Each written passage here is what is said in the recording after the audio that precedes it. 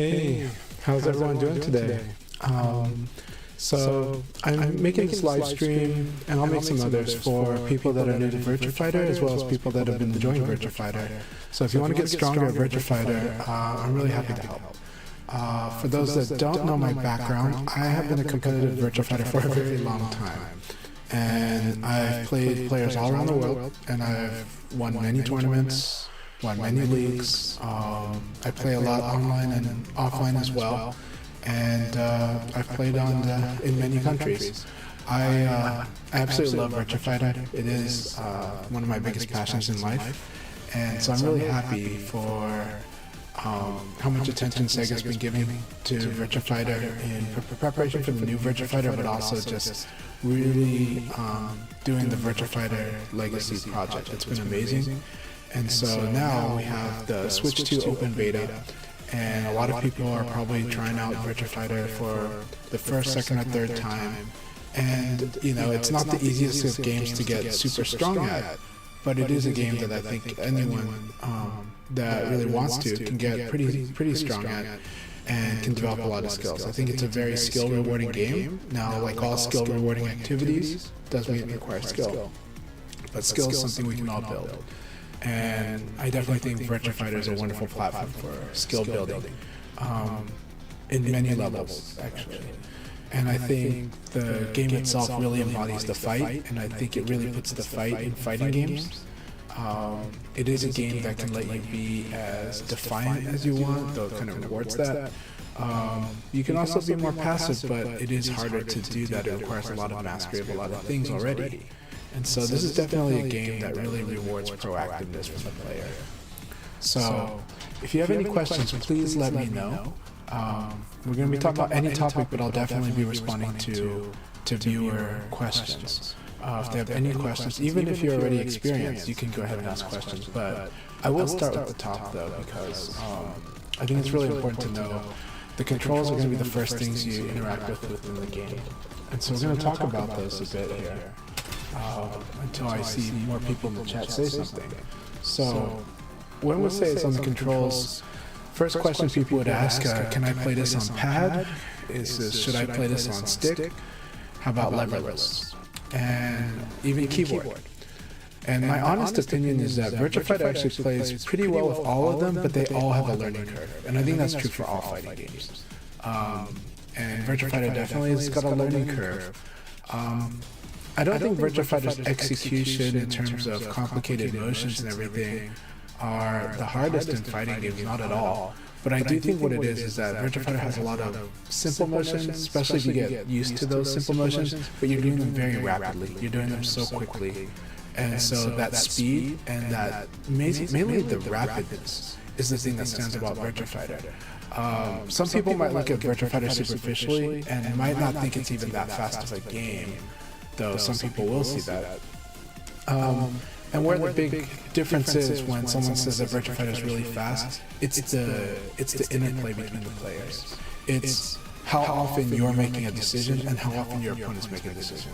In a lot of fighting games, there's a lot of lockdown. There's a lot of somebody hits you and now you gotta wait until they're done with the combo. In Virtua Fighter, the combos generally are pretty quick, though there's a few that sometimes they can go long, but only like wall combos and they're not that long. Though in this, when you're in the match, it might feel like a bit of time. They're actually very fast, especially if you put them side by side with another fighting game. You'll see there's a big difference in the length of time on a combo. But it's not just that. It's that in a lot of fighting games, you can get locked down on defense. Somebody will apply string pressure to you. They'll apply a lot of pressure, and there's really like only one or two answers in a lot of games. But in Virtua Fighter, you actually have many opportunities to break that flow if they were to do it that way. The game is very much back and forth, and it's very interactive. And that's when we're talking about the speed of Virtua Fighter and why it's so fast-paced. We're talking about that. That you might not, you know, someone not used to it could feel breathless. And it's kind of like a real fight in boxing. Kind of like when you're running out of oxygen or something. If you're not knowing what you're doing and you're flailing about. But as you get more precise and more efficient, and both players know what they're doing and know where they can act or where they can interrupt, things get a lot more intense, but you also get more controlled, and to me it's a very liberating feeling, because it feels like the only thing that stops my opponent, the only thing that stops me is my opponent making a good decision for me. If I make a good decision over them, I can turn it around. I can fight my way out of a paper bag in Virtua Fighter. I can't really say the same thing on a lot of other fighting games, actually, for a while. For a while, like, you know, if you're learning, even like 2XKO, if you're learning 2XKO, someone's going to hit you once and you're just sitting there waiting for whatever you think is your turn, and you can't even tell. Some other fighting games, you got to just wait for them to stop their pressure. Virtua Fighter, you can actually stop them. Now, there's risks to doing that, but you can totally do it. And I do it all the time. So that is a different feeling in Virtua Fighter. But let's go back to the controls. Because, oh, I do have an echo? Okay, good to know that I have an echo. Let me double check this here. Alright, if I kill the game audio, that might screw this up, but let's test that out. Okay, how does it sound now? That probably cut out the game audio though, right? Did that cut out the game audio? Okay. You can hear echo.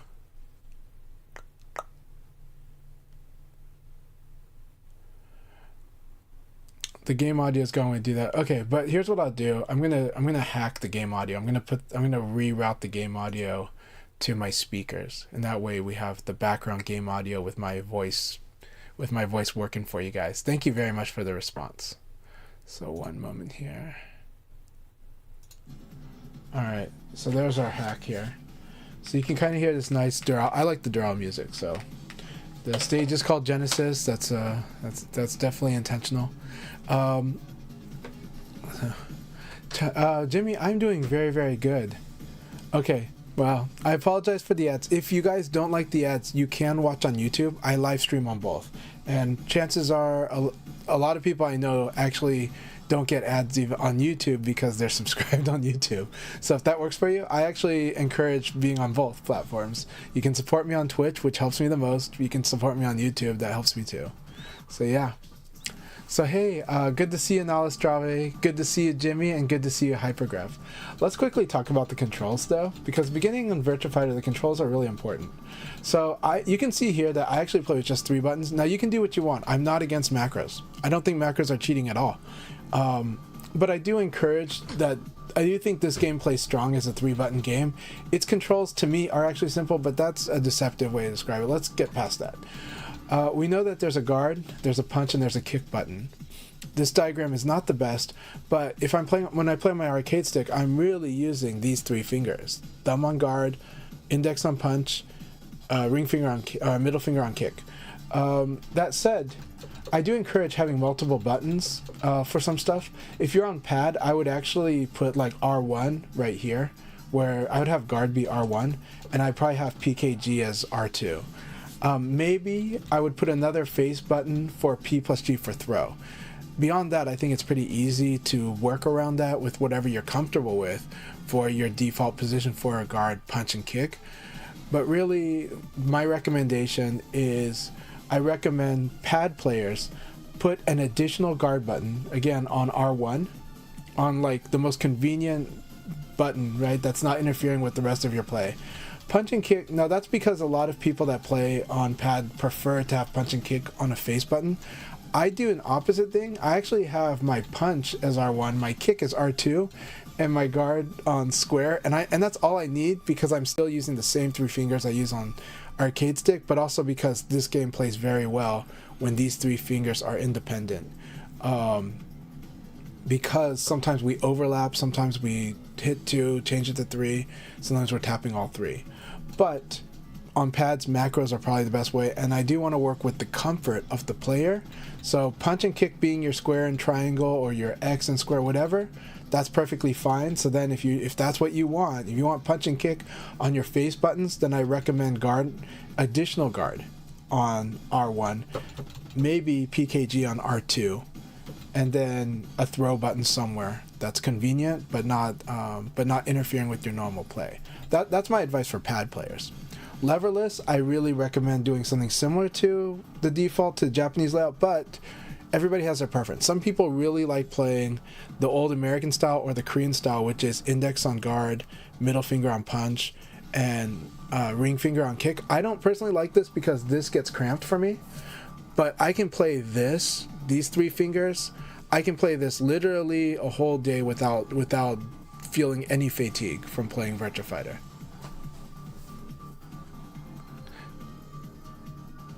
So the thing is, I'm actually fine playing on triggers, but that's also why I tell people to put the R1 on as guard, because a lot of people don't like playing with triggers.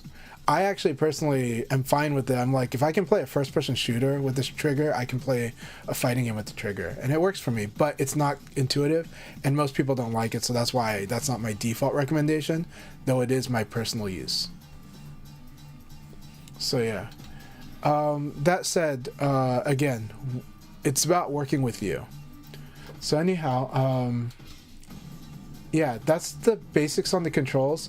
I do think that Virtua Fighter plays awesome as a 3-button game, but working around the pad can be a little tricky. If you ever have more questions about it, I'm happy to answer. Okay. But the additional guard button is wonderful. There is a hack also, even if you're on stick, there's a hack for doing like Akira's knee, but that's beyond today's scope. But that one is cool because if you have a K plus G button next to a K button and you slide between the two, you can do Akira's knee. It takes practice though. It takes practice. But yeah, an additional guard button is really wonderful though, especially on pad, 100%. But that said, other things about Virtua Fighter that we should know is what we call buffering. So I'm going to show a little drill here. Okay, it's a very basic drill you can do. If you, that's kind of funny that it's set up this way. Anyways, I'm going to have the AI do this, right? We're going to re-record that because I don't really like that recording.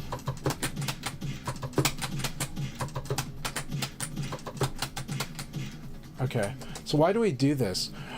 Our goal here, this is going to be what I call buffering and response, because if you don't understand this aspect, the game might feel laggy to you, and it's not that the game is laggy so much as you are playing with a delay that you are not aware of, because it's different from other fighting games. So in this drill, see how he comes over to me and he's going to do... Okay, I recorded that poorly. That's kind of funny. Let's re-record this.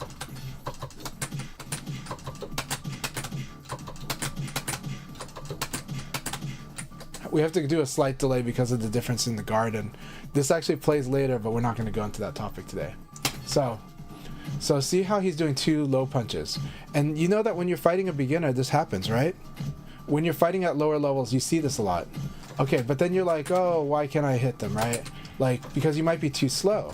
Now, for me, I'm really fast, so I have to slow myself down to do this properly. But for most people, this is actually kind of hard to do.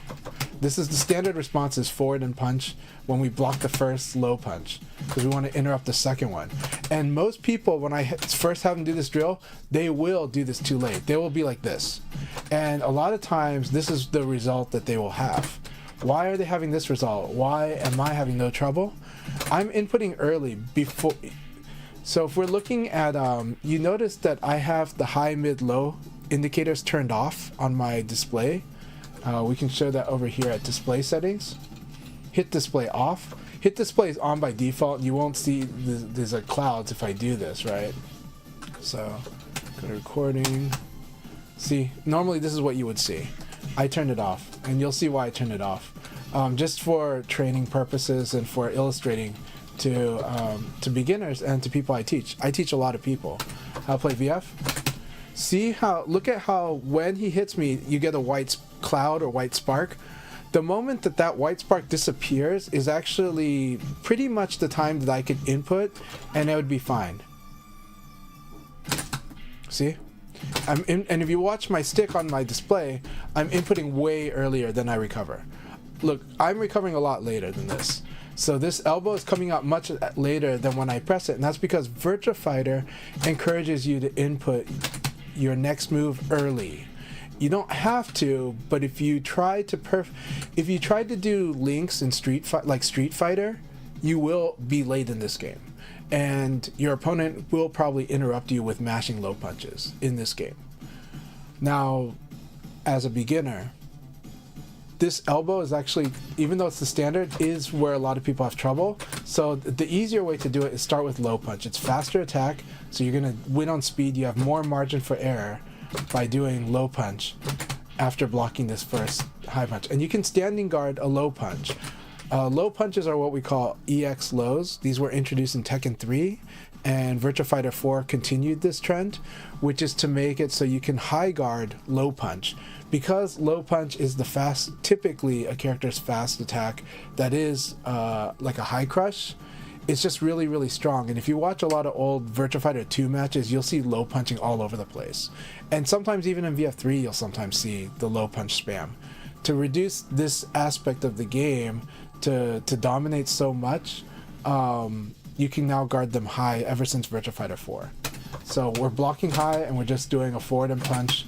But if we have trouble with that, we'll do a low punch. And this is a basic drill, and you want to do this because if you can't do this properly, if you get the typical response like this, if you're trying, for me, there's just no way I'm going to miss this, but I have to but most people most beginners will struggle with this. They will absolutely struggle with this.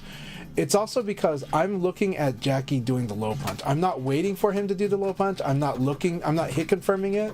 I'm seeing that he's doing I can see that he's doing a low punch, and that I know I'm going to guard it.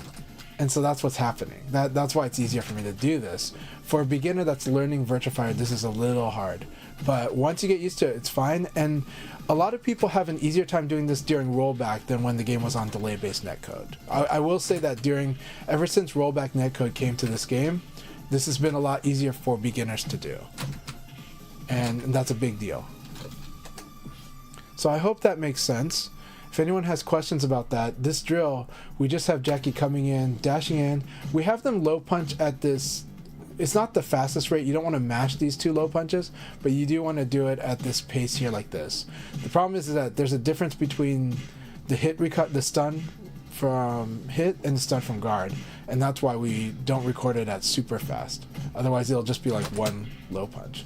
There's a trick later, but that's beyond today's scope.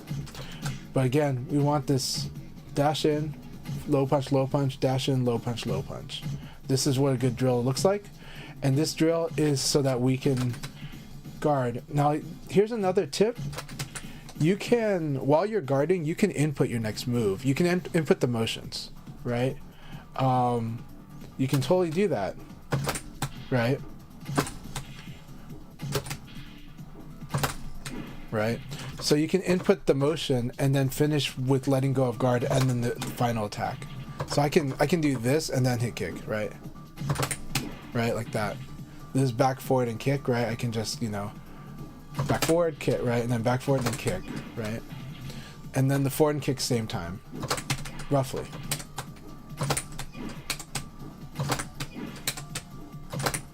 I can even do a 3-3-P. Right? So it's important to understand in Virtua Fighter that you want to get good at the controls. The controls, yes, it's very basic. Yes, this could be a bit boring, but this could be the difference between you feeling in control and you wondering if it's lag or if it's you, and it's usually you, or if it's some other factor. Or it can make the game feel more random if you don't start trying to buffer in this game. This game wants you to input sooner as opposed to later. It's very, very important. Do we have any questions from the audience? We've got quite a few viewers here on both Twitch and YouTube, so I'm really happy to answer any questions people have got on the game. We'll talk more about different aspects too. I will also talk about what is really essential in Virtua Fighter. One sec, I gotta click the screen. This is what happens when the mouse is not set to the screen. Okay, so if you were to ask me what are the best moves in Virtua Fighter, or more specifically, most people would ask, what is my character's best moves? Most of the time, it's the basics of boxing that are the most important in Virtua Fighter. This game is very much about how to fight within the system. It is a game where each character is fighting with a system of fighting, but they all have very similar tools across these systems of fighting. So what it is that, whether it's Praying Mantis or Jeet Kune Do, they're going to have their fast high punch. They're going to have their low punch. They're going to have their elbow. So I press punch. Now, typically, I will guard cancel this because, as you know, there's punch, punch, punch is a string. But, like, actually, the single punch is really good in Virtua Fighter. It's one of the best moves in the game. And that's punch, and I will hit guard after it so that I can keep doing it. And notice how I'm not doing a string. This is one of the wonderful joys of having a guard button, is that I can just do these single moves over and over and over, right? I can do punch, punch, punch, punch, punch, punch, punch, punch, by doing punch, punch, guard, punch, punch, guard, punch, punch, guard, right? I can do stuff like that, right? I can also do this move over and over, right? When normally it has this string. That's because guard lets me cancel the string and tell the game I don't want to do the string follow-up. And that really matters because in Virtua Fighter, this game really does focus on each individual move. It's not just, oh, this string exists, so I need to pressure with that string. It's actually, at a lower level of play, this is going to stop you from doing a lot of strings. If the AI does mashing punch, Jackie's a little different. We're going to change character. Jackie is an exception because he's got a special way of punishing that low punch. But a lot of characters, you will see a typical pattern. Sorry. We'll restart that.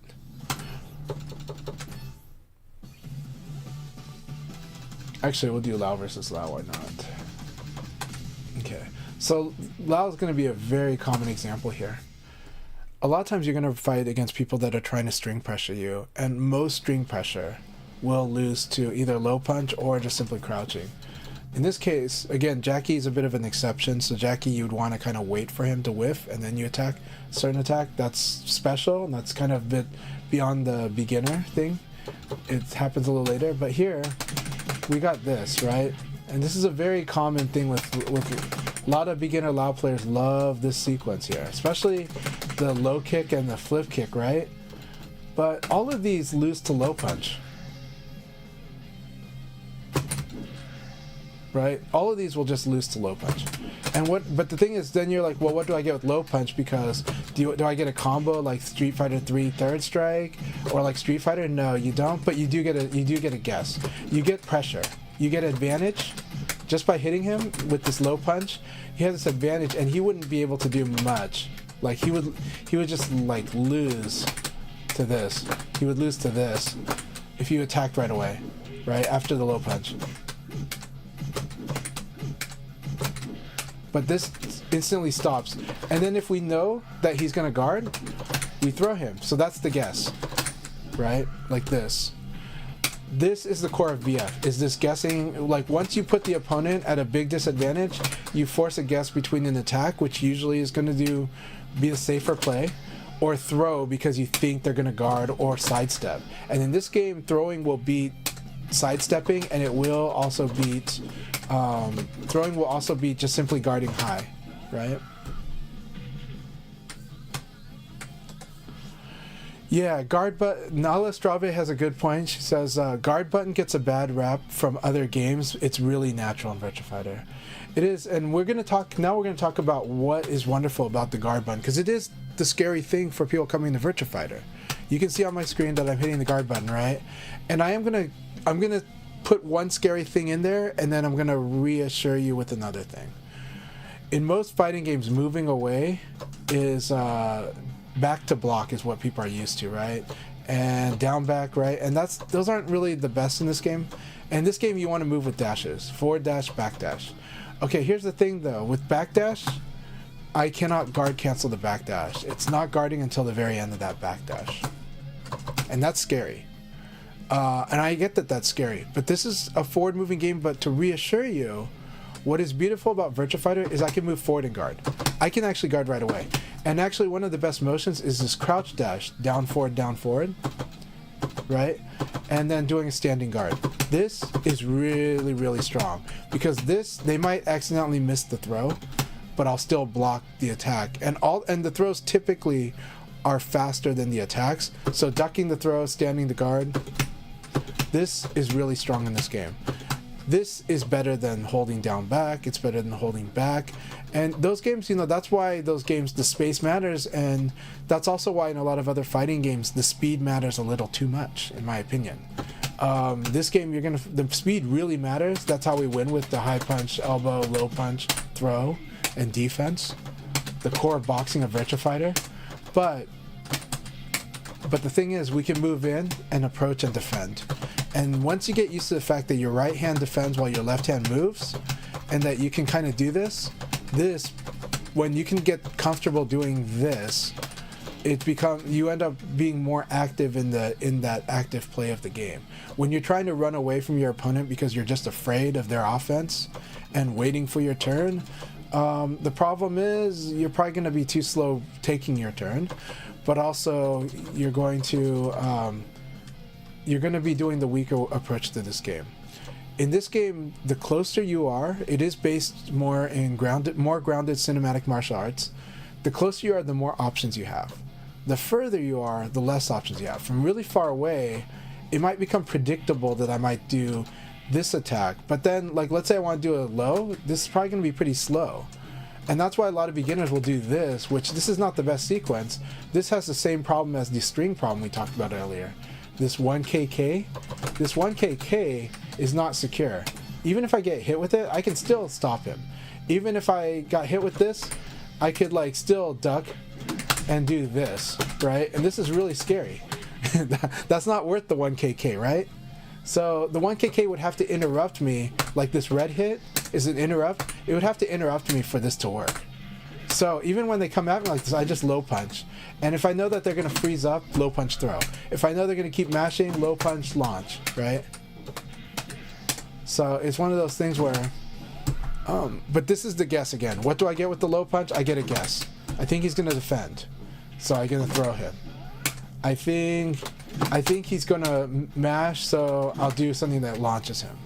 Right? That's kind of how it works. But that low punch would stop that thing right away, and now we're playing on our terms. That's the core of Virtua Fighter. Setting, interrupting them, stopping them, and then understanding we have decisions and they're going to have to guess what we're going to do. Or not. If they just default guard, we throw them. If they just default mash, we launch them. We counter hit them. So in this game, guard is really, really strong. Yeah, so Hypergraph says guard button best for 3D, back to block best for 2D in my opinion. Yeah, I think that's where Third Strike gets it, was pretty cool, right? Because Third Strike was like, let's give active blocking while moving forward, and they put it on pari.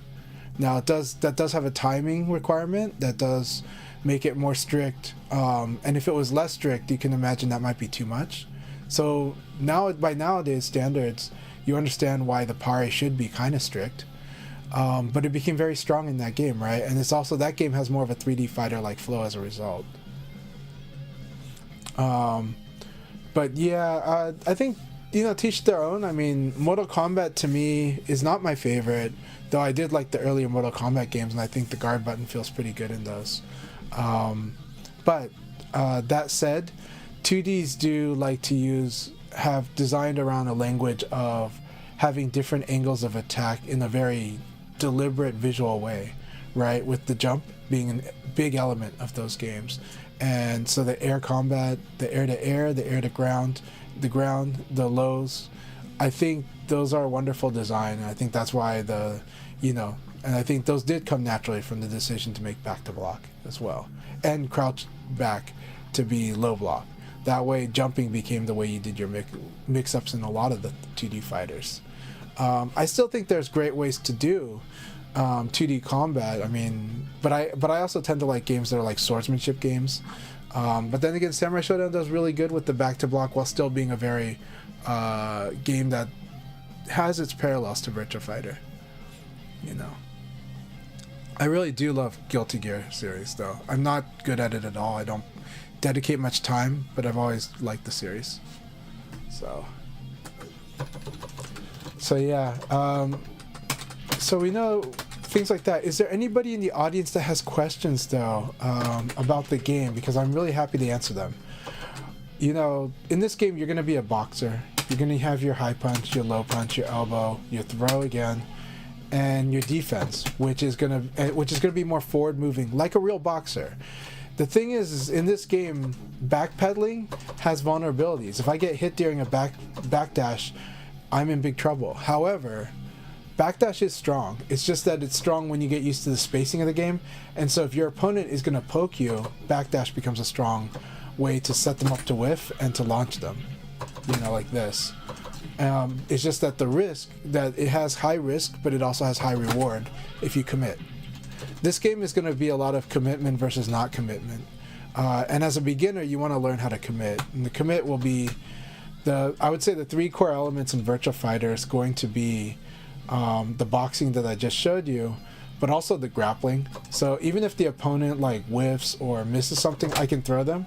If I block something big and I know they're going to just defend after that because they're quote unquote respecting my turn, well, that means I get to throw them because throw beats defense. The core rock, paper, scissors of Virtua Fighter is that defense deals with attack. Throwing deals with defense, typically or standing defense, and then attack deals with throwing. So if somebody starts throwing me a lot, then that's when I do want to attack. And this game, that decision will happen over and over and over again, rapidly, many, many times around. And there will be big decisions, there'll be small decisions. And you're going to want to manage these. To make big decisions is to learn how to do good damage, or how to win with the ring, or how to win generally. And then the small decisions that are just as important are going to be how do we win combat and stop people? How do we use the pokes? How do we disrupt what they're doing? And there's actually always multiple ways to disrupt what they're doing.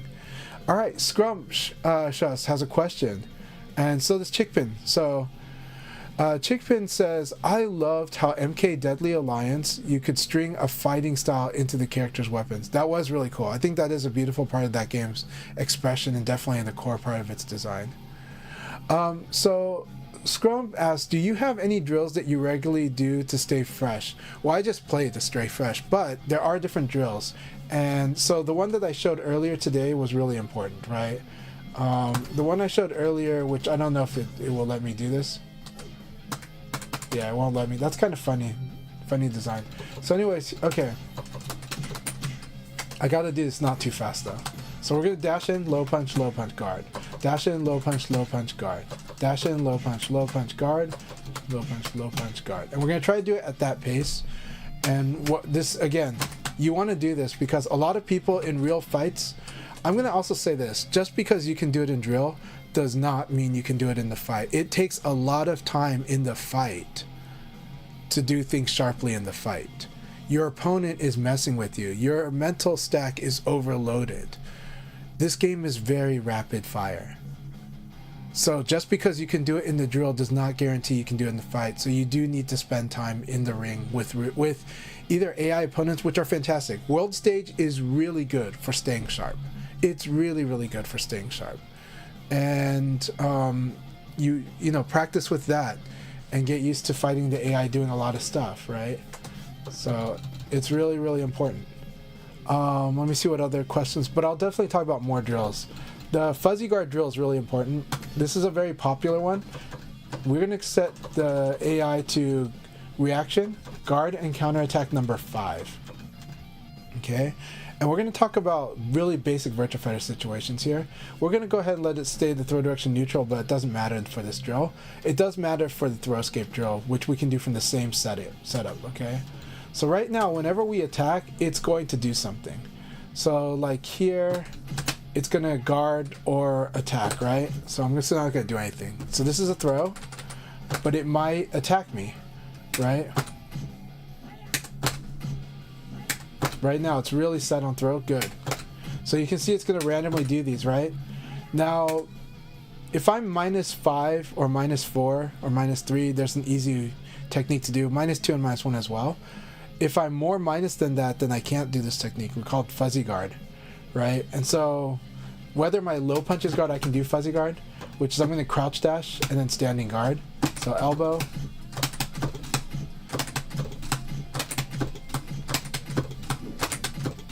Right? And then I can actually do that if I start seeing that.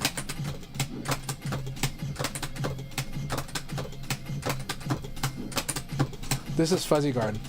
This is a very strong defense against the basic mix of the game, and this basically means that even when you're up to +5, you don't exactly have this mid throw guessing, forced guess on your opponent like guaranteed, because they could fuzzy guard. Most people have a hard time doing fuzzy guard in a real match until they get to until they've played the game enough. But eventually you get there. That said, I can't do that here. I will lose the throw when I'm like -8, right? So I can't fuzzy guard. I can do guard throw escape, but I did the wrong throw escape. So we're doing neutral. So this neutral throw escape guard is like, we're gonna press and hold guard, then we're gonna press and hold punch, and then it will not be able to throw us. Now we could escape just by pressing punch and guard, but then we would be vulnerable and they could hit us, and that's why we don't do it. We do it by first pressing guard, press and hold guard, then press and hold punch, and now we're guarding and we're defending against a neutral throw, and we can hold this forever. Okay, see, and I can even do something that's guaranteed damage, and if he happened to do the throw, I would still escape. So I can always escape throw, but there's a 3-way guess on throws. There's forward, neutral, and back. So, and he can choose whether, right? Like, we can change the CPU again to do forward throw. I think, I don't know, we'll see what the game means by this one. So this is forward throw, yeah. Right? I can also do sidestep into throw escape. Because as I said earlier, sidestep loses to throw in this game. But just because, even though it loses, I can still escape throw. And we're still fighting. Yeah. So, okay, so that's a good question. The Woo Within asks, why do we fuzzy guard with 3-3 and not 2? So here's the thing. When you fuzzy guard, crouch dashing achieves true crouch state. Crouch dashing does it in 5 frames. Whereas down and guard achieves it in 7 frames. So how do we show that? The elbow is a good one. The elbow, I cannot do down and guard. I'm going to lose to throw by doing this, right? See that? I'm going to lose to throw because I'm not crouching in time to duck the throw. Throws do not cause the down input to automatically instant crouch. You only get instant crouch against attacks. You don't get instant crouch against throws. And so I can do it at -3 if I know how to set up -3, but at -4 and -5 I cannot do this. And then you would ask, well, so then at -3, 2, and 1, should I always do down guard and guard? It is one of the options, but you can also still do the crouch. That if you get used to it, you can actually still do this, but you just have to hold, like hold the crouch just slightly longer, which sounds crazy, but at higher level play, you start to realize that fuzzy guard isn't limited to these minus situations. We can do this movement pattern in the neutral, and it might duck a throw, and at the same time we could react block the attack, and then so then they would use low attack, guard break, delay throw to try to catch us. But then it starts getting into real mind games with the other player. I might stay crouching and do stuff like this, you know. So, but it's just the starting point. Yeah, this is just the beginning.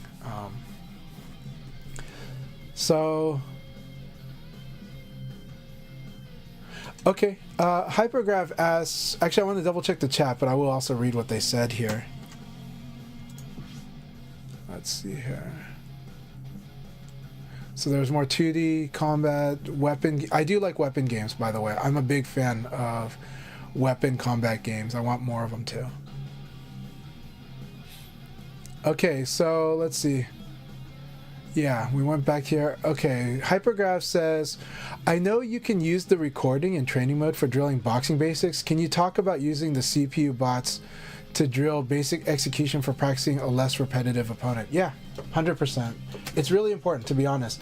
I actually like training against the AI more than doing drills, but I do enjoy drills for getting just to know I can do the execution.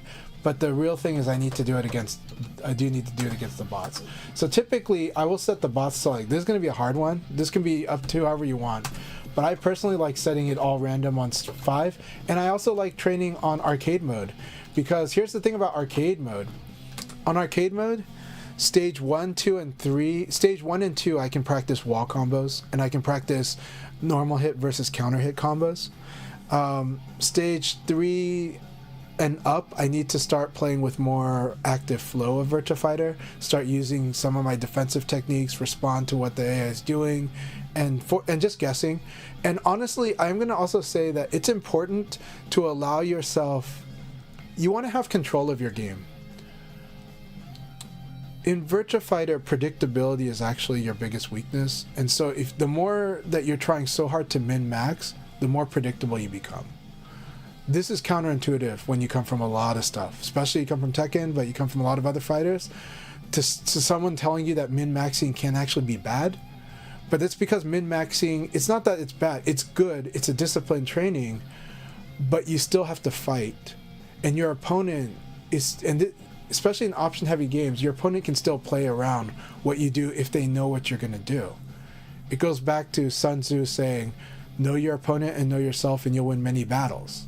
And all fighting games, that's true. It's just that a lot of fighting games put you through a really tall barrier of you better know this, and this is what'll win right away. You know, this game will put you in the player versus player right away first, and then you eventually get to pick up the details as you go and fight detail versus detail. But generally, if you know functionally what your opponent's doing, you'll beat them. So the point I was making with that is that when you're fighting even against the AI, like let's say you get to a point where you're always beating the AI because you're always doing a certain thing that just works against the AI. To me, the discipline then is to break away from that, to take control of your game and even make yourself do things that don't put you at an advantage. Do things purposefully to mix up just for the sake of it, so that you can train yourself on what to do when you get the unfavorable situation. In this game, you want to be as good in the unfavorable disadvantaged situation as you are in the advantage situation. Otherwise, you're a lopsided fighter. You're a player who's only going to win when you get success, and will just keep failing outside of that.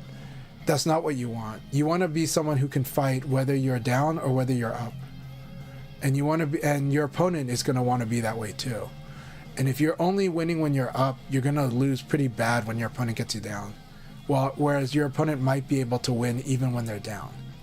So this game, the discipline is to allow yourself to control by doing more. Let yourself do more. Let yourself be in control of what you do instead of just, it's got to be a good habit until it becomes a bad habit. You can break free of habits by letting yourself do more. And same thing when you fight the bots. So don't be upset when you get hit.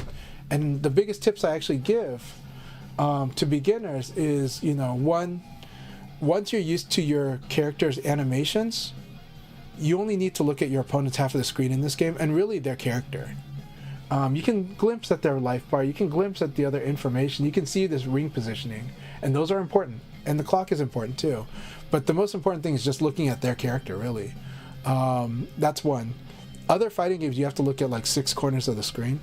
But this game, you really only have to look at your opponent's character once you know what your move list looks like. Because that's what you're responding to or anticipating or working around. 2, get really numb to getting hit. A lot of players at all levels of play, there's a lot of players that when they get hit, it's a really strong negative situation for them. Mentally, emotionally, it's like a negative thing. You need to be very numb and very neutral. You need to be able to make good decisions because all it is, as another friend had told me, another player, a friend of mine who has won many tournaments and placed very highly at many prestigious tournaments, as they told me, it's just numbers. So in a game, it's just numbers. Somebody hits you, yeah, that hurt your character. It's just numbers. And you get used to knowing that, then you're like, well, what decision do I make when I get hit like that? That makes it a lot easier. When you become like, oh, I just never want to get hit, I understand the impulse to want to dominate. That's natural in most humans. Wanting to dominate is that, like, I just never, like, I'm just always going to do the hitting. That's fun. I get that. And it is fun. But you want to be able to keep your cool and make good decisions even when you get hit. And so my 2 tips: watch your opponent's side of the screen, and 2, get numb to being hit so that you can make good decisions even when you get hit. Just try to see it as just a situation, because it's all like situational awareness is the biggest thing in all competitive games. First person shooter, situational awareness, right? I know if you're playing real-time strategy games, you can talk about map awareness. That's just another way of saying situational awareness, because it is also the beginning, the middle, and the end game. That's situational awareness. What is my opponent doing? What are they building? What does it look like they're doing? Even if I play Magic the Gathering, I look at the sequence of the cards they're playing, and it tells me what they likely have or don't have. When they make things that look like errors, I have to see if that plays out to actually be an error, or if it was actually something that was like a good decision or setting me up, right? Situational awareness is huge. To have good situational awareness means to be aware, even when you're getting hit, even when it's tough. And in real life, that's true too. If you're a fighter and you cave every time somebody actually gets a hit on you, you probably don't get far in fighting. The person that's really scary is the one who can keep fighting, right? And Rocky's terrifying. So yeah. So I hope that makes sense. So Rytel says, I'm 2 minutes into watching and already A, mind blown, and B, already realized why some of my pressure seems to randomly lose. I'm really happy to help anytime. Feel free to message me. You guys can add me on the socials. They're listed on the bottom of the screen there. If you guys, people know that if you message me, I will probably get back to you eventually, within a day probably, and I'm likely to give you a very complete point-by-point breakdown of what I think will help you. So I'm always happy to help. But I'm happy to help on stream, of course, most. So how good is World Stage for CPU execution practice? It's really good. It's just, here's the thing. If you were to have an amazing opponent, like I have many times in real life, and I only play against them, that's still only one picture. CPU can be kind of like that, but the CPU gives you a lot of looks. So the CPU is wonderful practice.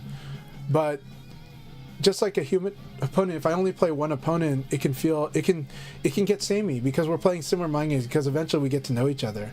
But that's not a bad thing. Eventually we do have to do the same thing I just preached, which is we have to break free of our mental traps, and we have to allow ourselves to let the situation play out differently for us to do it. Rayblade's in the chat here, and Rayblade is a good friend and one of the greatest rivals I've ever had in fighting games, and a person I've looked up to in fighting games even before that and for the longest time, and I still look up to him as an organizer and as a community member, and as somebody who, just like me, has a deep passion for the games we play. And there was a time when Rayblade and I, because we fought each other so much, that I started thinking we were suffering from inbred fighting. And it would be years before I realized that was a wrong way of looking at it.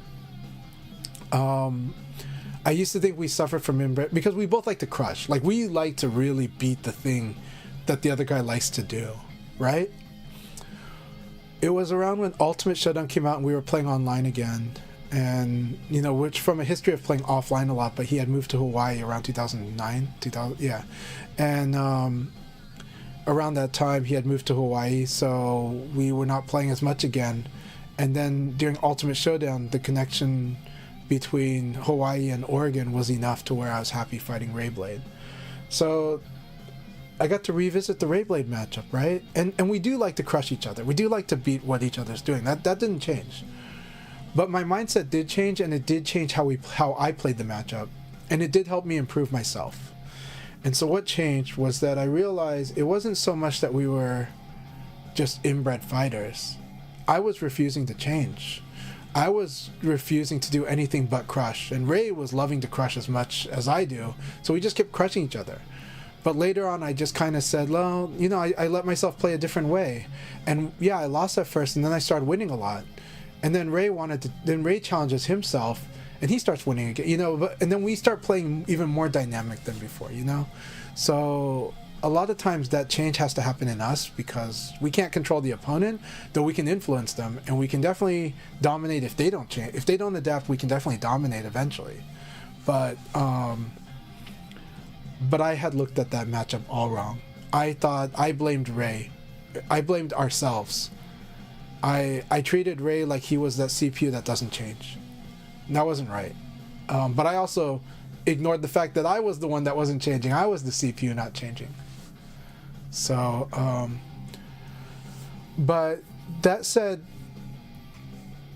I do use World Stages gameplay to help me a lot because it helps me. This game definitely encourages you to stay sharp, but also if you find an exploit, this game has so many options that it's important to train yourself to also build all the other things, not just the critical path. If you're only good at the critical path, you might be good at one project. You're not good at all of them, right? All projects, you got to find the critical path. But it's not just critical path. This game is very multi-pathed, and you want to be good at more paths. You want to get good at more options. This game especially. This the rude awakening of Virtua Fighter. I will admit, the rude awakening in Virtua Fighter is that there comes a point where you learn really good things to do and strong things, and you will be reminded why these things you got to keep doing, but you will also find times when you have to move off of it because it is specifically the predictability of you doing this certain sequence this way, this fight this way, is what's killing you because your opponent has countermeasures. Because in this game, pretty much everything, 99% of this game has multiple good answers. Some people might say, isn't that all fighting games? And I would say not exactly. A lot of fighting games would have one or two really, really good answers that you really must do, and then you're moving off of it only because they're just going to defend it. So it's about are they not going to defend it? But you end up still doing the same thing. And sometimes this can lead to certain matchups and certain games looking the same almost always and across players, right? Until they really try to break outside of that box at the higher levels. This game just lets you do that higher level breaking out of the box really early. It lets you do it super early. That's a big difference. So I've met lots of players from Street Fighter, from Tekken, who have said, I'm playing Virtua Fighter because I want to learn how to get past my bubble where they're like, I'm having trouble, like my opponents are outplaying me on the guessing game, but it's like I'm proficient at all the stuff I have to do. And so they play VF to kind of help improve their play in the other games by getting them into that high level mind game part of the game that goes beyond just what's the right answer, what's the best answer. VF goes straight into that from the start, and then you kind of learn how to make really good answers out of a lot of things. But that can be the Wild West for some at first, but I think it's very rewarding, and I think it reminds you what feels good about fighting. And what it means to actually have fighting chances. But it is scary because it is a skill-based game. So yes, you can get outskilled. You probably will. It's true that when I spar with people, sometimes we'll do repetitive stuff so they can find the answer. And sometimes I'll leave openings so they can do the answer. But at the same time, we'll talk about whether the answer was a good or not because there's many game theory elements like risk and reward. And this game has lots of risk and reward. I can take certain hits if it leads to situations where I'm more likely to get bigger hits against them. And that's a positive, profitable exchange. Profitable exchange is a big one in this game. Because just because you're winning the situation, you might not be profiting enough to win. That becomes a factor too, and that will change some of how you play. That will sometimes tell you that taking the hit might be worth more than just guarding, and that can blow your mind too. you know? So yeah. So I'm going to catch up on the chat as well. Why is Vanessa's red coat so hard to unlock though? You have that one. Sega will answer that, I guess. Okay, and we will talk about, but my number one key advice to Hypergrav was that you do need to let yourself explore more options and try stuff out, and when you're fighting the CPU, especially as you get to know certain stuff, try to open yourself up to also being how to do the counterplay when you get messed, when the CPU hits you. And then let yourself be hit by some stuff, because there's a chance you'll win the situation, and there's a chance that you'll get hit, but you can still do something after that fight. But World Stage, yes, is great for CPUs. I'm really glad. Thank you so much, Mushoko Tenchi. So Raita also says, yeah, like I've played in a lot of lobbies, don't care when I lose, still feels good, but the moment I play ranked, my brain only cares about number go up. My vibes die immediately. Ranked is definitely a challenge you have to manage, whether you want to do it or not, or understanding where your priorities are. I do love ranked, to be honest, but I also am able to fight the opponents I want. I have the benefit of being able to find opponents pretty regularly, and then also having people asking me for matches pretty often, and then not having enough time to do all of that all the time. So fortunately I benefit from that, and that's why I don't play ranked much. And the thing is, I know how strong I am, and I kind of know how strong a lot of players are, so I don't need the validation from the rank system. But that rank grind is fun, but it's also, my schedule doesn't always work with the ranked, with like peak hours for ranked, you know. And but the game during peak times is a lot of fun. And look, when a year and 2 months ago, when the game was on beta during for Revo on PC, I did play ranked for like half of the days that beta was on, and I became #1 Leon player in the world, right? But that you know, but there's a lot of factors there. There were some Japanese that did not, because of how we didn't know Revo was coming until literally like less than 2 months before it came out. So some of the Japanese were saving up to buy PCs, you know. Some players were saving up to get to build a PC. Some players were figuring out whether they should be on PC, you know what I mean? And so it was one of those. Now some of the best Leon players were playing on that beta, but they had tournaments to play in Japan because it was more active there. Right, so I'm not, you know, but that said, I am happy that I got #1 Leon player in the world during that beta. So you know, but North America was also very active. So the point wasn't so much that the Japanese were, it's just that North America was very active. So whenever I did play ranked during that beta, I was able to get action, a lot of matches. It's a big factor.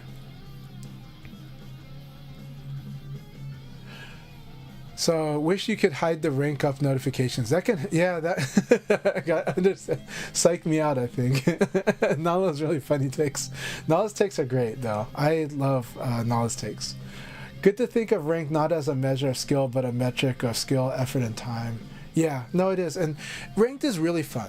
But when ranked is not fun, it is good to have other things too. If all that existed was ranked, that's a lot of people that would have to think they were losers because there's only a few people that can be top, right?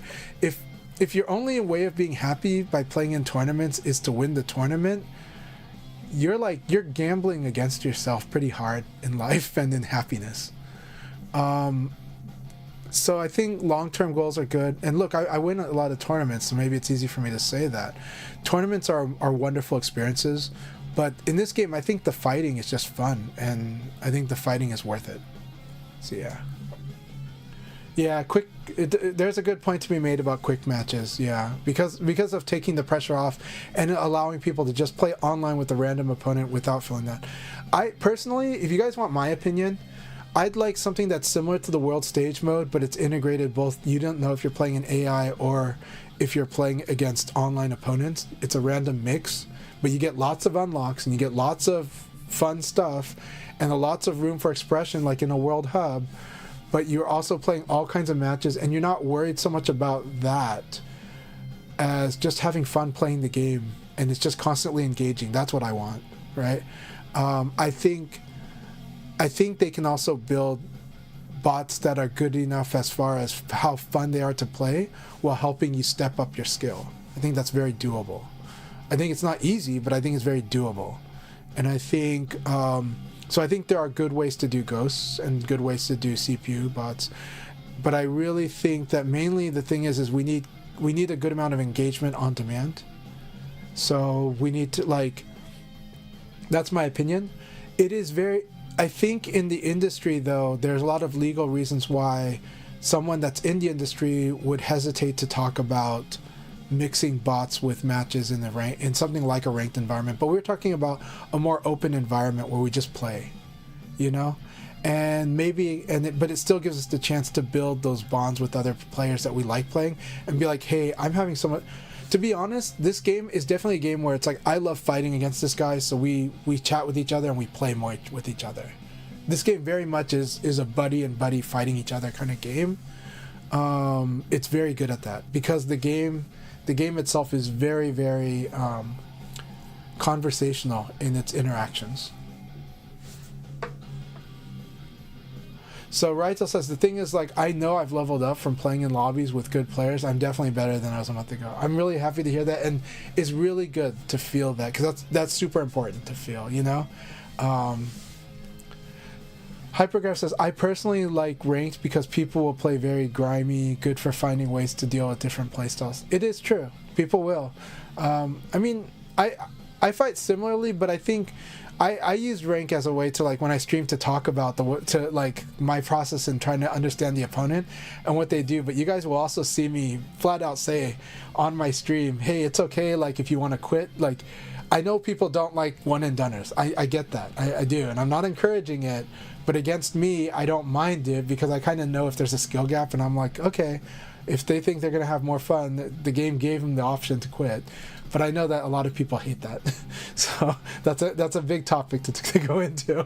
But for me, I'm okay. But that's because, again, I know where my skill level is, and when I fight an opponent, I know I'll give a lot of respect when it is. And you guys will see me rematch that person.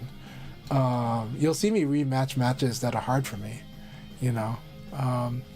But the downside is I do get emotional too, right? There are good players that I fought that I really like, and there have been moments where I did see them, you know, the moment I start winning, they seem to chicken out or they leave, and then they get mad if I'm not, like, joining them in room match.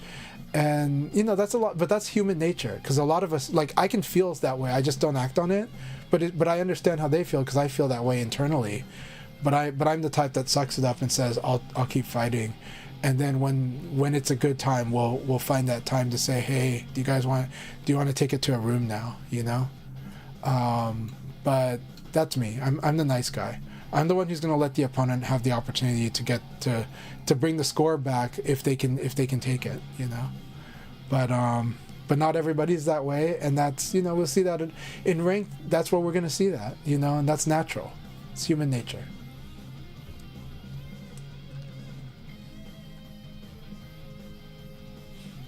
So Nala says that if you can turn off the bots, then they're down. That sounds good, yeah. Discord homies do elevate the game, yeah, in any game. Hey, Calamity, it's going really, really good. You know, today we're just having a chat and stuff because, but the chat has actually talked about a lot of good stuff, and we've covered some good topics. Sorry it doesn't show as much activity in here. So later on I'll do a stream where I just, you know, jump in ranked or something, or play world stage and show people. But earlier, you know, we're talking about, like, that's right. So again, have your mouse clicked onto the game screen, otherwise it's going to do this auto start. Very good. And watch me lose too. But you just accept that you're losing. And then you just do weird stuff. Allow yourself to do it. But of course, when you're learning what to do, then yes, you start doing the boxing, right? But boxing is not about just winning with punches, elbows, with these basic tools. The boxing really is about setting up the damage and knowing where the guesses are, but winning on speed. So winning the situation on speed, but you still need to throw or attack after you launch, right? You still need to do Nitaku, or you still should, right? But notice how I didn't even do Nitaku, right?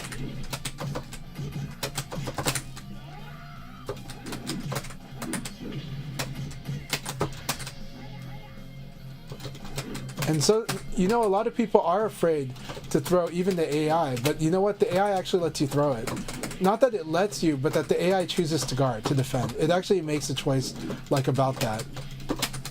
And then the stepping, right? So these techniques are still working against the AI.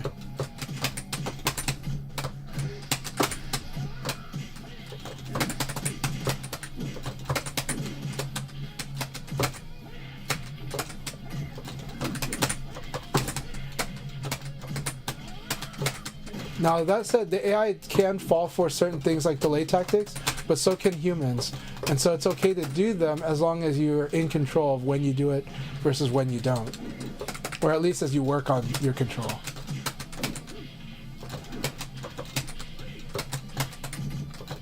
Okay, so now with Lao we're going to practice 6K, right? Because 6K is kind of our core basic thing.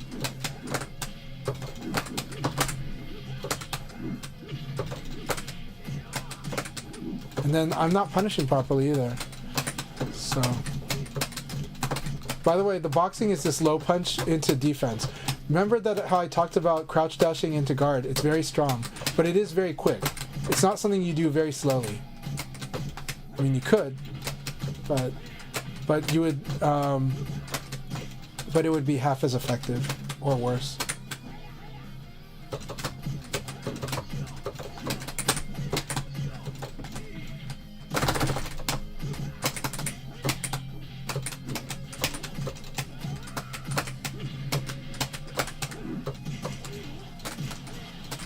And so we're just playing. And again, I'm not worried so much about winning or losing.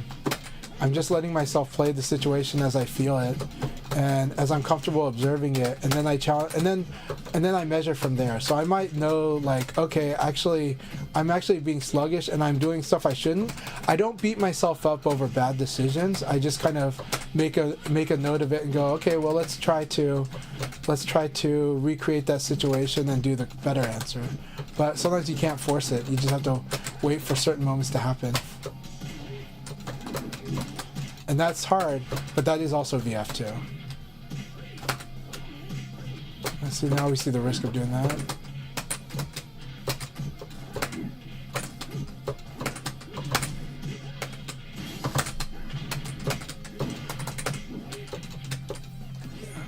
So yeah, so that's kind of like, it's nothing special. That's what it looks like when I'm messing with the CPU. I'm just allowing myself to try a different idea.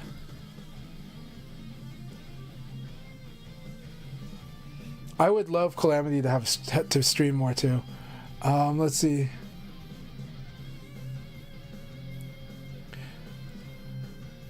Oh, they're still there. I'm still not including a mic or webcam yet for mine. Okay, still got ways to go. Okay, Hypergraph says, to build on my previous comment, when I started, I mostly only played veterans, but with Revo, I had to learn to deal with the spammers, yes, and the runaway owies, yeah, in ways that veterans won't. We always benefit from bigger player pools is the point there. I agree with that too. Hey, Zach Frost, so good to see you. Hope you're doing really good today. And VX Jackie, so good. Thank you so much. Oh, when we get the redeems, we'll get them soon. We should get those soon. There's a lot of fun ones. I think I'm going to try to work with hopefully Rushdown Turtle or on some content, especially like the Chanchai's typing one. So, but yeah. So that said, does anyone have any other questions here right now? Because I'd love to help. Again, the Woo Within was pretty awesome again. And I'm glad that the fuzzy guard explanation helped them with why we use crouch 3-3. 3-3 is generally better than down guard. And I will talk about this too. Let's talk about more basics here. And then I'll talk about a little advanced stuff too later in a sec before I go. So, because it's a popular topic online. So, crouch dash is probably one of the best movement options. So is forward dash. But crouch dash gets very underrated by a lot of people learning Virtua Fighter, and it is one of the best ways to move in this game. This crouch dash is better than evade crouch dash. Let's just make that clear. This is much safer, has really good upside. This is very good against certain things. ECD becomes good when you fight against people that are not delaying. It's weak against that. It's very strong against people that buffer. And it's very good against people that hesitate. That's why it's strong. It's covering the people that are playing really sharp buffer, and it's covering the people that are very sluggish and slow. Okay, because you can then react to the people that are really slow, and then you're evading, which has a high punish against bigger attacks. You're evading buffered big attacks. So when the opponent does something like a sidekick, this is really vulnerable. When Pi keeps doing double palm, that's actually vulnerable. It's vulnerable to evade or towards whiff punish, right? And evade is another form of whiff punish, for the record. Okay. But ECD is covering buffer, and it's covering people that are super slow or hesitating. They might be mentally stacked, but ECD covers that. CD covers this all too, and but CD doesn't cover the evade, like the buffer, because CD into attack would then lose to a buffered mash, even from minus, right? Because CD is a delay, but it's still safe in the neutral. So this is generally one of the safest things in the neutral to do, unless somebody does a mid in it before you do the CD. But generally, this is just so good because you can always react guard. And you can react guard low. And a lot of lows are slower than the highs or the mids. And so you end up being able to do this. Now that said, there comes a point later where you do the reverse, where this becomes really powerful. Because I can't get thrown. Because the things that can hit me when I do this are typically only forcing a guess. They're not instantly winning, except for Brad. Brad has like 2P plus K 6P, and heavy characters have low throw. But this, when those two things are not there, this is pretty strong. But at a high level. At a low level, you're not making much profit. You need to know how to make profit to do this approach of the game. And because the core of this is that the really threatening mids like this are so slow, I can react by doing this. But I cannot react to do this. So in this game, this leads to like mix up. Basically,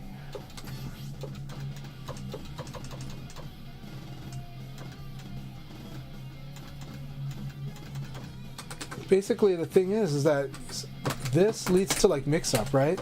This leads into this, leads into like this, right? And so that's why the way you beat somebody that's always crouching is basically elbow into Nitaku.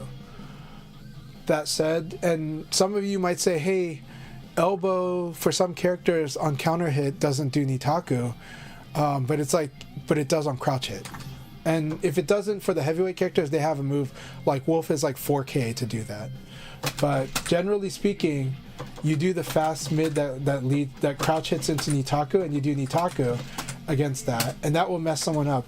And people that are not super high level, they're not doing the other things where they can take certain hits and option select from there, or they're not doing a lot of the crazy interactions at the higher level to make up for the fast things that hit you when you're crouching.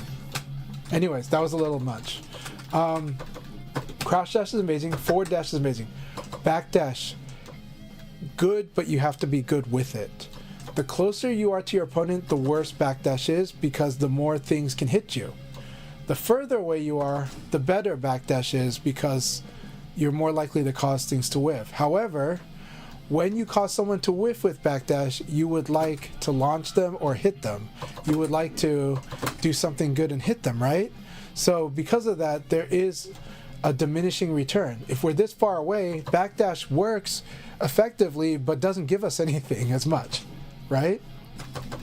But over here, backdash can do really well against a low punch. Over here is where backdash beats a lot of stuff. About here. And so here is where backdash becomes pretty good, but there is a risk. We can still get hit by sidekick, we can still get launched, and that risk is very dangerous. So maybe then we change to backdash evade. But backdash evade, we're giving up something when we do that. So there's a lot of exchanging here.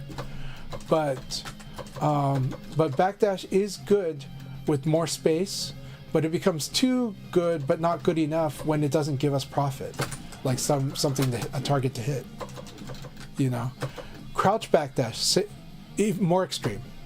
If we're close, crouch backdash is bad. Crouch backdash will probably get hit here. It'll probably get hit here. So why is crouch backdash good? I use crouch backdash the more precise my opponent's spacing is. If their spacing is really good, then I'll use crouch backdash. But that's because they're acting on edge case. They're trying to hit sidekick like this. They're trying to hit elbow like this. That's when I use it. They're trying to hit low punch about here, right? That's when I use crouch backdash. It's so risky though. Crouch backdash has huge risk. Like if they sidekick you, you're losing half your life because of the combo. You're gonna get counter hit. So many attacks can knock you out. So I use it as a counter against people who have good spacing, not bad spacing. Okay? Unless we're far away.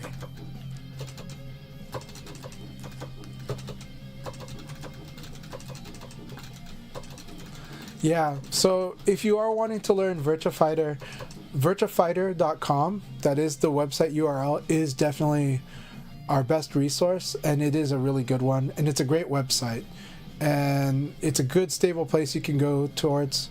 The move list there is more complete than what's currently on the Sega site, and it's more up to date. It has an amazing wiki, and I refer to it often. So virtuafighter.com, when you hear us say VFDC, we're talking about virtuafighter.com. Please, that site is amazing. We are lucky because so many great websites of the past for fighting games have gone down. virtuafighter.com still standing and still one of the best examples of a great website resource for a game, for a fighting game especially.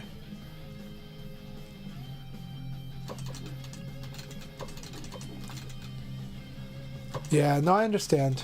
I think, there's definitely for sure. So that's why, we do use Discord when we come and we do converse. And some people are not comfortable doing the search on a website. But I think for the general basic information, it's still a fantastic resource.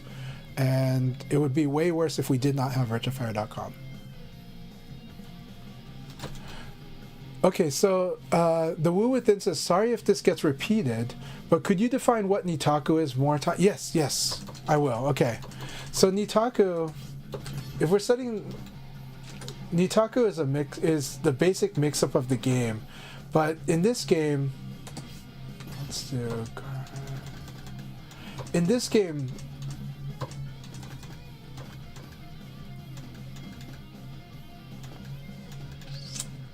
let's record the AI.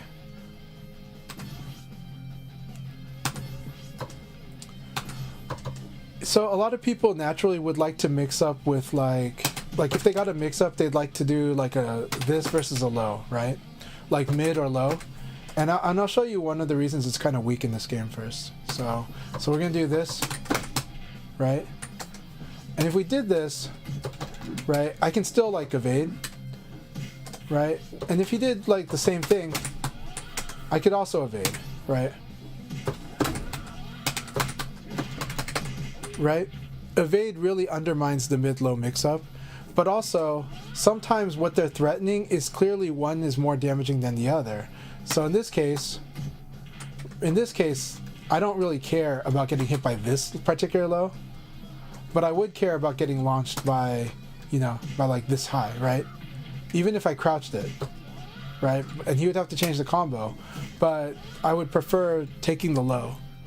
So that's not a really good exchange either, but this game also gives you guard throw escape. And so the mid-low mix-up, in Virtua Fighter the low attacks typically are pretty weak. So the core mix-up of the game, the starting point mix-up, the most powerful generic mix-up, is generally when you do you get them really minus and you either throw them or you launch them, because if they attack, then the launcher would win, right? Like if I did this into this, the launcher would really wreck them. But then if I did like this in when they defend, this is pretty good. And so right now we have the AI set to random on throw escape, which makes it seem bad. But to be honest, the throw is still a lot of damage. And even if they do escape the throw, we're still fighting. I still am fighting, and I've lost no health. So the risk is not really there for me. But the upside is there. Okay. And so throws are... Let's see if we default. But generally speaking, when we interrupt with like this jab, we get a mix up, and we can do something like 6K or throw. But we have to think what the opponent's going to do. And trust me, a lot of people respond slowly to this, interrupting them. So because of that, throwing is usually, for me, my default. But for a lot of people, they'll just automatically do that. If they feel like they're fighting a masher, this. So, and that's because on counter hit, this thing is pretty huge.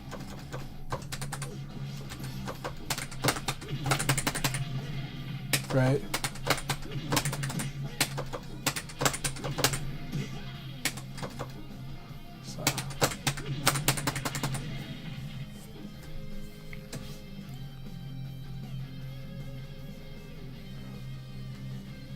So, okay, Scrum says, have to bail. Have a great rest of your day. Thank you for the stream and the great info.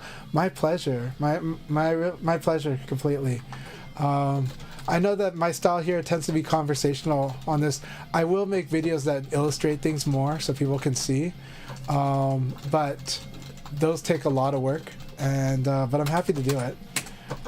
That said, it is fun. Usually you guys will see me try to teach while working with somebody because it's a lot more clear and easy to kind of see the lesson, but it is more long form too.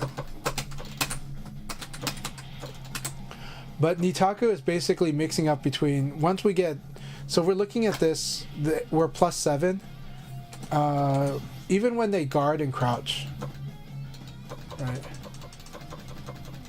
So this is guard and crouch. This is like +7 with the elbow. Now I guard cancel it so that I can do another attack right away. Right? And if I think they're going to defend, I throw them because they can't crouch under this throw. They can low guard, but they can't crouch under the throw. Category should be educational. We should do that. Yep. But yeah, replay takeover is a good tool for people that want to. But there's a lot of good tools out there. And again, if somebody wants to have a session, ask me. I'm happy to do sessions with people. Okay, I said that I was going to talk about an advanced topic. This is again in the abstract, but this is because this has become a popular topic on the Discord with, I think, some of the EU players. And I think the EU players hadn't heard some of my lecture on this like a year ago, or many times for the last 3 years. But that said, we know the rock, paper, scissors of attack, throw, and guard.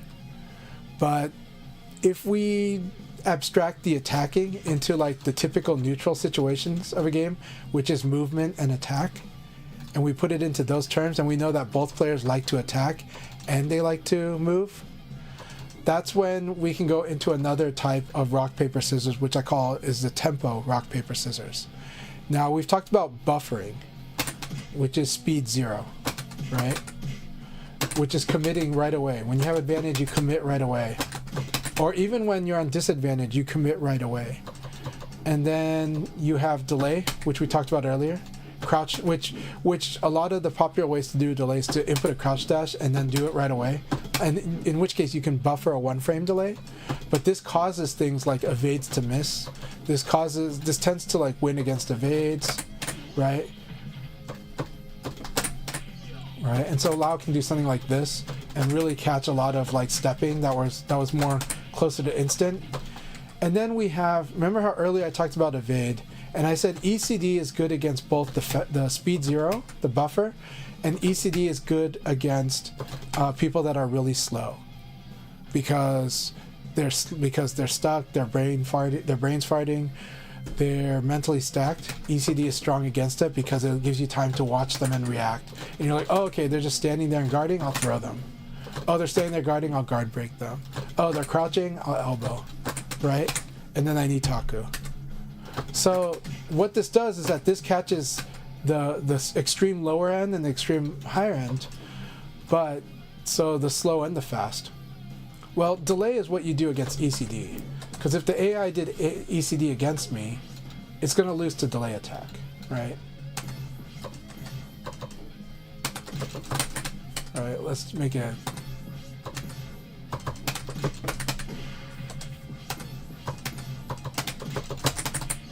Right, so then, okay, delay attack, right? Whereas attacking right away would have caused a problem, in theory.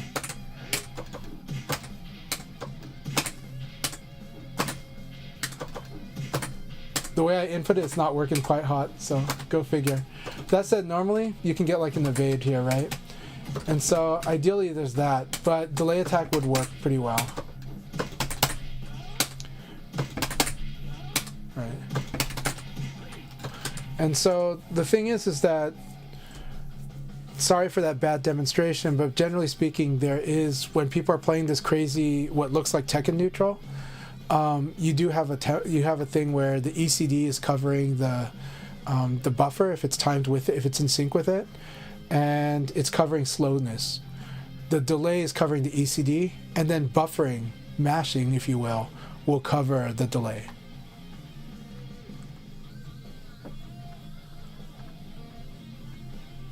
Yeah, so there's lots and lots of RPS in the game. Well, there's just lots of... Okay, so I like to put it as the way Rental would say it is, there's lots of triangle relationships in the game. You know, that separates it out to where people are not thinking about the triangles within triangles, but they're like, okay, this is just another relationship, yeah. So yeah, it's... but generally speaking, if we sync up the timing, the ECD would cover a lot of stuff, but then it loses to just flat out delay, like crouch dash into attack, right? And then, but the crouch dash loses to just flat out mashing because it's a delay. It's acting slow. And so somebody just like sticking the jab out there will stop somebody that's trying to do like, you know, crouch dash into attack without checking.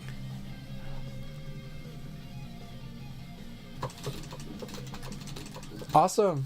Are you the one that's working on the VF Prep, the Virtua Fighter, the new Virtua Fighter information site?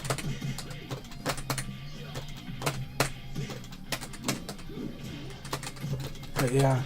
So I hope that helps everyone. Oh, not you, but yeah, the site is really cool. I do love that there are people making modern solutions, and I do like that VFDC is updating their solutions too. There's a lot that they want to do. It's just the resources, personal man hours. But there is, but you know, it looks like we'll have two amazing, like, community websites for information. Hey, Lawfair, it's so good to see you. So good to see you. I will have to go soon though, because I do have a dental appointment. But I will try to release some videos to cover some topics in a way that's more clear and quick, concise. But I would also but I am planning to do more streams where we talk with the audience and we work with them. Because I think the game is just so wonderful, and I want to see more people get strong at Virtua Fighter. Today, we didn't demonstrate as much, but we did have good conversation. So I appreciate that a lot. But I'll try to have something more formal that looks better for presentation. That said, how have you been, Lawfarius? Lawfarius is one of the strongest players in South America, and been a wonderful community member, teaching a lot of people. Soyokai and Lawfarius both have been teaching a lot of people, fighting with a lot of people, and training, and it's wonderful. So I appreciate both of you guys so much. And Lawfarius, like, I really love our fight, so I hope we get to fight again soon. So much fun. I know you played a lot of different characters, but I love fighting all of them. But especially I love fighting Yarawi. Yeah, I'm doing okay. I'm doing good. Doing good. Awesome. Jean is amazing. Yeah, that's going to be very terrifying to have to fight your Jean. Especially with the side game you probably have with Jean. So yeah, VF Prep has been hugely helpful for Zek Frost. I struggled really hard with picking up matchups that I didn't fight often, and getting to just see characters' moves and then be quizzed on their frames had me learn so much. I do love that, yes. Flashcards was the traditional way to do it. Now that you can do it on VF Prep, that's amazing. And then And so flashcards is a proven way for memorization, and seeing animations is really important because keyframes can only do so much. I mean, there's a reason that when Japanese magazines did keyframes, they would do like 30 keyframes, right? But in a lot of the Western media, we would have like one or two frames to look at as reference for what the move was, and that's not as good as seeing the full animation. But and again, I would actually go to Uwajimaya or Kinokuniya and pick up Japanese magazines for tennis 25 years ago, just so I can look at all the keyframes of all like the frame by frames that they showed of like Roger Federer's backhand and forehand, and study that way. Yeah, VF Prep's awesome. So yep. Hey Metawatt, thank you very much. It's good to see you. And yeah, so thank you all so much. I had a great time, but I do have to go get ready for my dental appointment. But we will cover more fights, and I'll definitely do streams where people can watch me play, and we can fight, and training sessions as usual. So lately it's been a lot of training sessions, and I love those a lot. I think they've been helpful for a lot of people. Look at that, see? It's not real, so I got to do that. But yeah. Thank you very much. Oh, wish me luck. Yeah, I definitely don't want bad news. I definitely don't want budget killing news either. So we'll see. So thank you. All right, let's find someone to raid, and it's just good being on VF and talking with you all. Let's see here.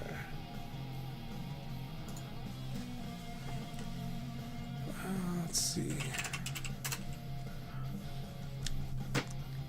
Has anybody been playing the Switch 2 version in the chat right now? Have any of you guys been playing Switch 2 release? Most of the people I've talked to have had a great experience with it, though there's a few that had interesting moments where they had to delete and reinstall the game, and then it was working fine. What I've heard is that the game plays responsive like the PS5 version, so the amount of possible delay would be very similar to that. However, that it's playing very fluid and good. It's just that graphically, of course, it does have some compromises because it is a Switch 2. So that's generally what I've heard, but I heard that I heard otherwise it's playing pretty great overall. But yeah. Oh, awesome. How did the crossplay go with you and General Ripper Rayblade? That's an amazing matchup.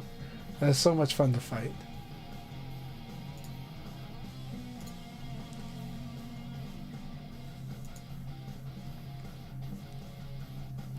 The crossplay is working fine. I'm glad to hear that. Yeah, so Chad the Third is covering Dead or Alive 6. Very good. I am happy about the Dead or Alive news. Let's see here.